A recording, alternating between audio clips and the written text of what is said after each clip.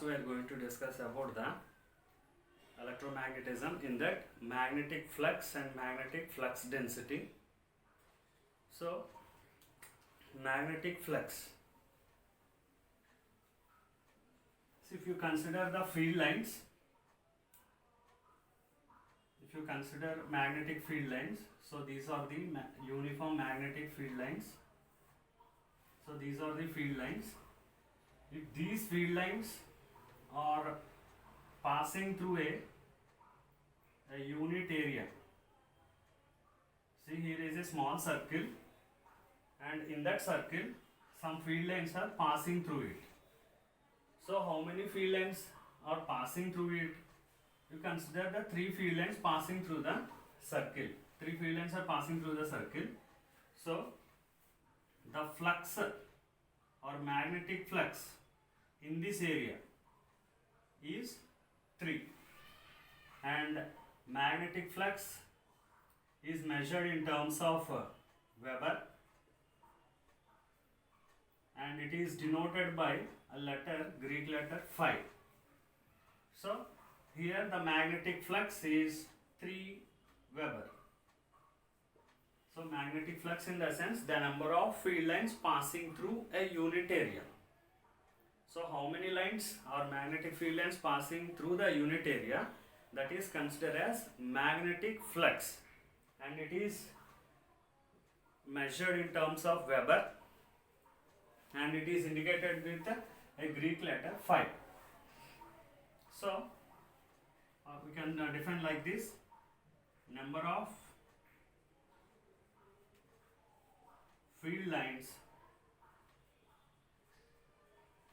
passing through a unit area or certain area is called as magnetic flux. Magnetic flux, and it is measured in terms of Weber, and it is indicated with a letter phi. Phi means magnetic flux. And coming to the magnetic flux density, it is the ratio. Magnetic flux density is the ratio of magnetic flux and area. That means magnetic flux density is indicated with the letter B. So B equal to magnetic flux phi upon area A. So B equal to phi by A. So if you see the unit, you can get the unit as magnetic flux means Weber, and area is meter square. So Weber per meter square, or this can be called as Tesla. 1 Tesla or 1 Weber per meter square. So this is the magnetic flux density. Magnetic flux density is nothing but it is the ratio of magnetic flux upon a unit area. So it gives the, here magnetic flux depends upon the area, and magnetic flux density depends upon the field. So for example, you consider a bar magnet. A bar magnet will have a field around it. So if you consider the field of bar magnet, so the field lines will appear to move from north to south direction like this,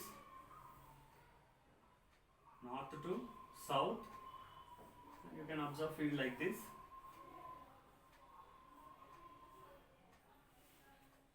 So if you consider a unit area, if you consider a unit area here, the number of lines passing is 3.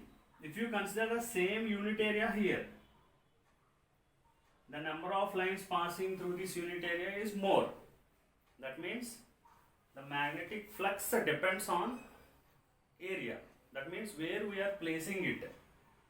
The place where we have placed that particular area, it depends on that. So by changing places, the flux in that area also changes. See here it is flux decreases and here flux increases. Consider again a field, magnetic field, a uniform magnetic field, and in this uniform magnetic field a square is placed like this. So if a square is placed, it is placed perpendicular to the field, so the number of lines passing through the field is called magnetic flux. If the same the square is placed like this,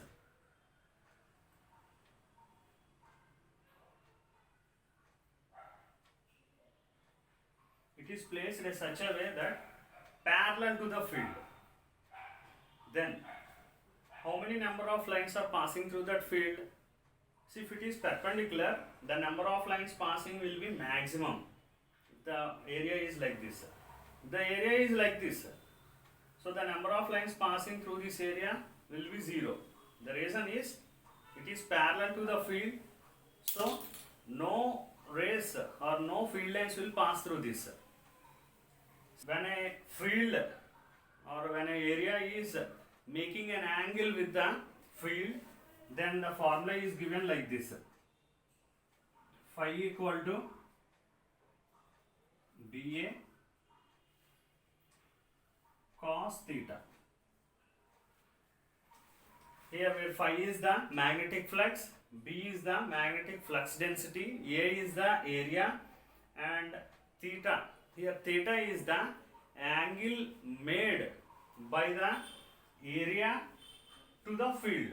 That means, see, if the here area is parallel to the field,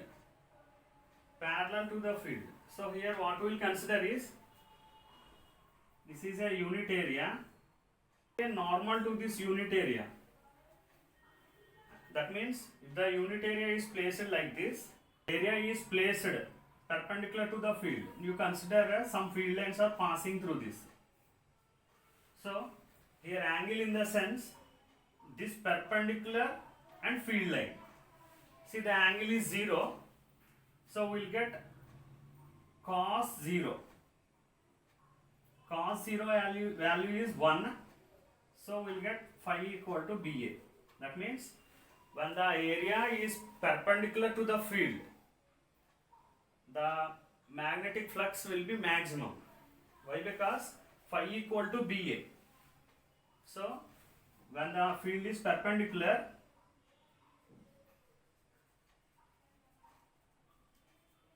to the area,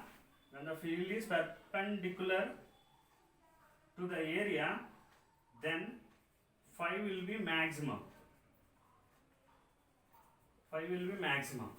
If the same area is parallel to the field, see, in this situation, see, you can draw a perpendicular to this. This is normal. So the angle between this normal and field is 90 degree. So we'll get like this: phi equal to BA cos theta and BA cos 90 you will get. So cos 90 means 0. So BA 0. That means phi value will be 0. So when a area is placed parallel to the field, the magnetic flux will be minimum. And here magnetic flux will be maximum when the field is placed perpendicular to the area. If the field is parallel to the area, minimum. If the field is perpendicular to the area, then it will be maximum. So, see, let us consider a small problem. See, the magnetic flux density is some 20 Tesla and area is 2 meter square. Then what is the magnetic flux? That means phi. So we know that phi equal to, and here you can, the situation may be like this. It depends upon the field perpendicular or parallel. How we are placing is the main difference comes. So phi equal to BA cos theta.